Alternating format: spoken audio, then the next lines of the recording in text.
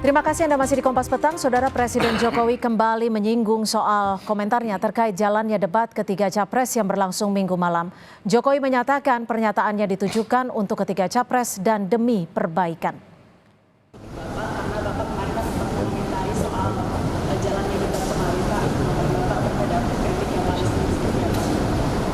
Saya berbicara untuk ketiga calon dan untuk perbaikan-perbaikan ke depan. Juga untuk introspeksi kita semuanya, untuk evaluasi kita semuanya. Saya tidak berbicara satu calon atau dua calon.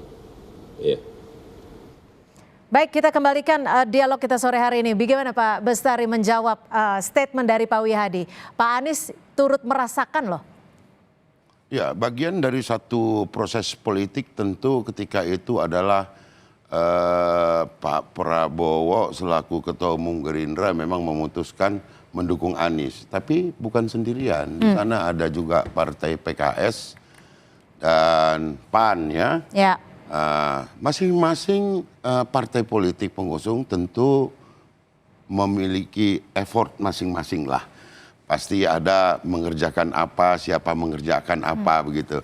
Saya kira kita juga pengen tahu juga ini tanah yang mana yang diagunkan waktu itu. Ini jadi bocor ya. Tanah ini kan. Saya kira tutuplah hal itu. Itu sesuatu yang sudah saling menguntungkan saya kira. Ya. Pak Anies dicalonkan, ya pendaftarannya last minute kita tahu sama-sama itu. Kemudian setelah itu apa yang terjadi pada pemilu legislatif? Gerindra naik loh, buru naik Pak. Gitu. Artinya ada efek juga yang diberikan oleh Anies kepada Partai Gerindra dan PKS, saya kira itu. Tapi pilpresnya kalah kita. Oke, ditahan dulu, saya akan tidak Pak Anies kan tidak pada posisi apa gitu. Ya, saya ke Mas Adit. Mas Adit, kalau melihat situasi ini, poin dari Pak Prabowo sendiri atas tudingan capres nomor 1 dan juga nomor 3, apa yang diperoleh? Iya, sebenarnya ini kan kalau di dalam konteks perdebatan di Pilpres memang biasanya akan menarik dalam konteks itu ya, menyerang yang kita harapkan memang publik itu berharap soal perdebatan terkait dengan kebijakan. Meskipun di dalam soal kebijakan tentu di situ ada pejabat yang terkait dengan hal itu. Dalam hal ini Pak Prabowo. Jadi memang pasti akan menyinggung soal personal. Pasti juga akan menyinggung dengan aspek apa-apa yang terjadi di dalam bagaimana dia menjalankan kebijakan itu. Jadi memang pasti ada kaitannya terkait dengan itu. Dan menurut saya adalah sekarang pertanyaannya adalah bagaimana mengelola kalimat demi kalimat gitu ya, pernyataan sehingga kemudian publik menjadi sangat paham dan tahu apa substansinya yang diperbincangkan di dalam debat itu. Jadi itu yang harapan kita, dan kemarin kelihatannya memang Pak Prabowo dalam konteks itu lebih emosinya ada gitu ya Mbak ya. Jadi sehingga kemudian muncul dengan kalimat-kalimat yang soal etika dan sebagainya dan sebagainya. Baik, Pak Wihadi, singkat saja.